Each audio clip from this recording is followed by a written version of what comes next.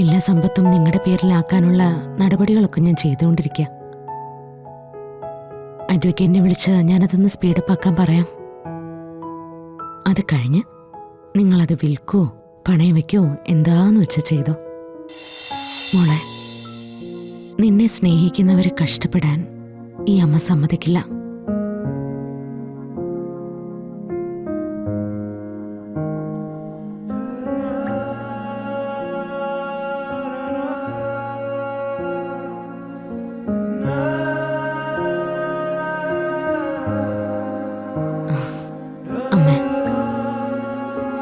പരസ്പരം സ്നേഹിക്കുന്ന ഒരു കുടുംബം കെട്ടിപ്പടുക്കാൻ അമ്മയ്ക്ക് സാധിച്ചിട്ടുണ്ട്.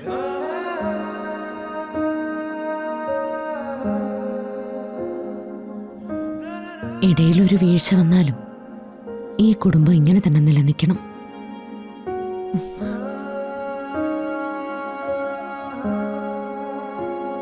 അതിന് ഒരു മാറ്റം വരാൻ പാടില്ല.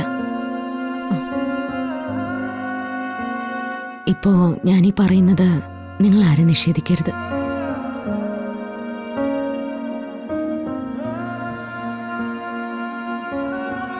പരമേശ്വര, വരുൺ, ദൈവത്തിന്റെ സ്ഥാനത്താ ഇപ്പോ ശ്യാമയുടെ ഈ വരവ്.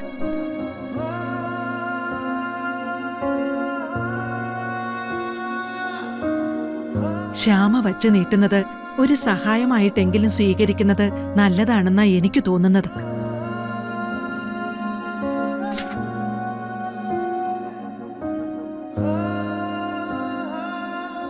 അതെ പരമേശ്വരേട്ടാ, കടമായിട്ട് കണ്ട് നമ്മളെല്ലാം തിരിച്ചു പിടിക്കുമ്പോ വേണമെങ്കിൽ അത് വീട്ടുകയും ചെയ്യാലോ.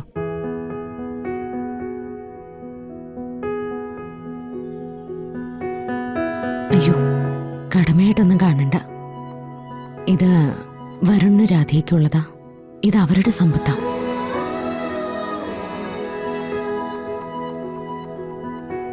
ശ്യാമയ്ക്ക് വലിയൊരു മനസ്സുണ്ട്. അതുകൊണ്ടാണ് ഇങ്ങനെയൊക്കെ സംസാരിക്കാൻ കഴിയുന്നത്. ഈ കുടുംബം എന്നെന്നും നന്ദിയോടെ ആയിരിക്കും ശ്യാമയെ ഓർക്കുക.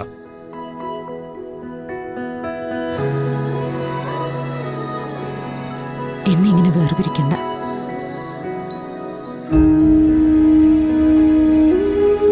ഞാൻ പറഞ്ഞല്ലോ, ഞാനും ഈ കുടുംബത്തിലെ അംഗമാണെന്ന്.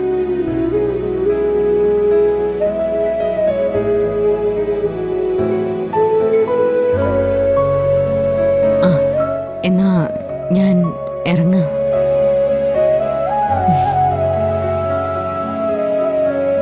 ശരി, ഇറങ്ങട്ടെ പത്മിനി.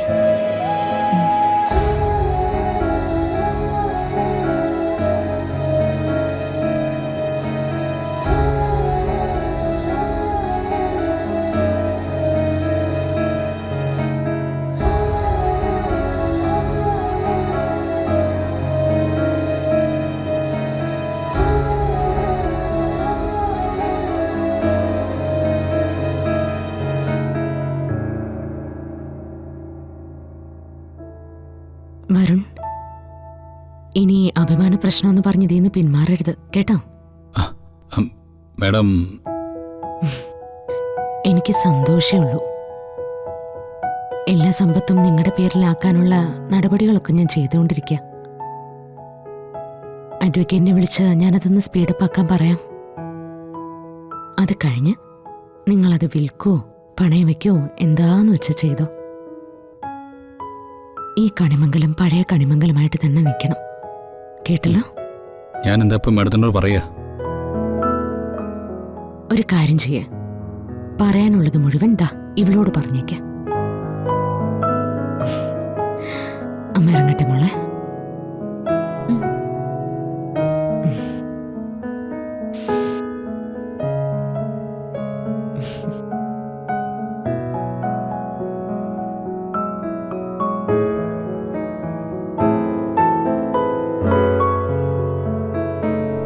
പോട്ടെ. ശരിയെന്നാ.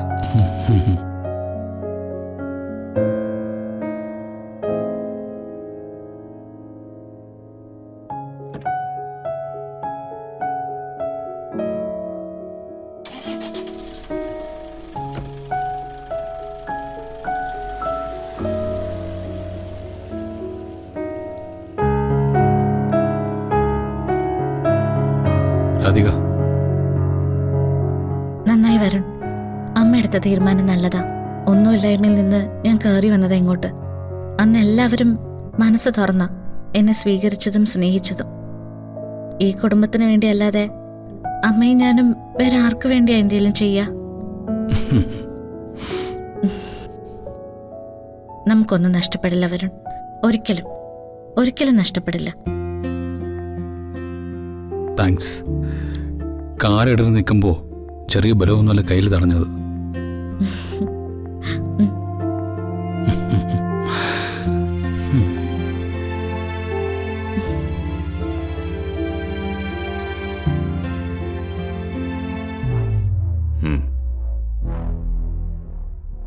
ഓ, അപ്പൊ കണിമംഗലം രക്ഷിക്കാൻ പുതിയൊരാൾ അവതാരം എടുത്തു അല്ലേ? അതെ ചന്ദ്രേട്ടാ, എല്ലാം തീർന്നെന്ന് വിചാരിച്ചപ്പോഴാ അവളുടെ എഴുന്നള്ളത്ത്. ശ്യാമയുടെ സമ്പത്തെന്ന് വെച്ചാ എത്ര ഉണ്ടാവുമെന്ന് കരുതിയിട്ടാ. ഹ, അതിന്റെ അളവ് എനിക്കറിയാം. ചന്ദ്രേട്ടൻ എന്താ പറയുന്നേ? ഇതിന്റെ മുമ്പിൽ തോറ്റു കൊടുക്കാന്നാണോ? തോൽവി ഇനി ചന്ദ്രശേഖരന്റെ പേരിൽ എഴുതില്ല. തോൽക്കാനുള്ളത് പരമേശ്വരനും പരമേശ്വരന്റെ മക്കളും തന്നെയാണ്. ശ്യാമയുടെ സമ്പത്ത് കൊണ്ട് കണിമംഗലത്തെ തകർച്ചയിൽ നിന്നും കരകയറ്റാമെന്ന് ആരും മോഹിക്കണ്ട. അത് നടക്കില്ല. അതിനുള്ള മാർഗങ്ങൾ ഞാൻ ചെയ്തോളാം. ചന്ദ്രേട്ടാ, ഞാനും കൽപ്പനയൊക്കെ വലിയ പ്രതീക്ഷയിലാ. വീണ്ടും ചതിക്കപ്പെടുവോ നമ്മള്? ഉർവശി, ശ്യാമയുടെ വരവും സഹായവും നിനക്കും കൽപ്പനയ്ക്കും മാത്രം അത്ഭുതം. എനിക്കതിൽ പ്രത്യേകിച്ച് അത്ഭുതമൊന്നുമില്ല. അതിനുവേണ്ട മാർഗങ്ങൾ മുൻപേ ഞാൻ കണ്ടെത്തി വെച്ചിട്ടുണ്ട്. നീ ഫോൺ വെച്ചോ.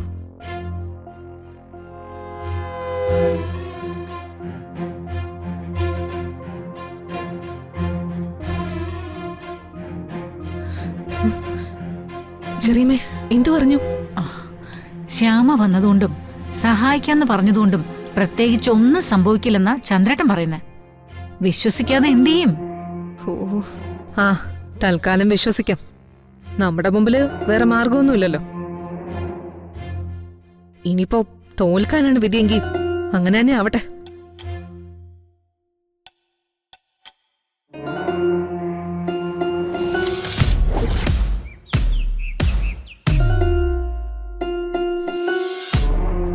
വല്ലാതെ ബോറടിക്കുന്നു മുത്തശ്ശി. എന്തെങ്കിലും ഒന്ന് ചെയ്തില്ലെങ്കിലേ നമുക്ക് പിന്നെ ഈ പണമൊക്കെ കിട്ടിയിട്ട് കാര്യം എന്താ? ഞാനും അതൊക്കെ ആലോചിക്കുന്നുണ്ട്. ബാങ്കിൽ കാശ് കിടന്നിട്ട് പ്രത്യേകിച്ച് പ്രയോജനമൊന്നുമില്ലല്ലോ. മുത്തശ്ശി, എനിക്ക് നന്നായിട്ട് അറിയാവുന്ന കാര്യം സിനിമയാ. നമുക്ക് ശരത്ത് പറഞ്ഞ പോലെ സിനിമ പിടിക്കുന്ന കാര്യം തന്നെ ആലോചിച്ചാലോ? ഒരിക്കലൊരു അബദ്ധം പറ്റിയത് ഓർക്കുമ്പോഴാ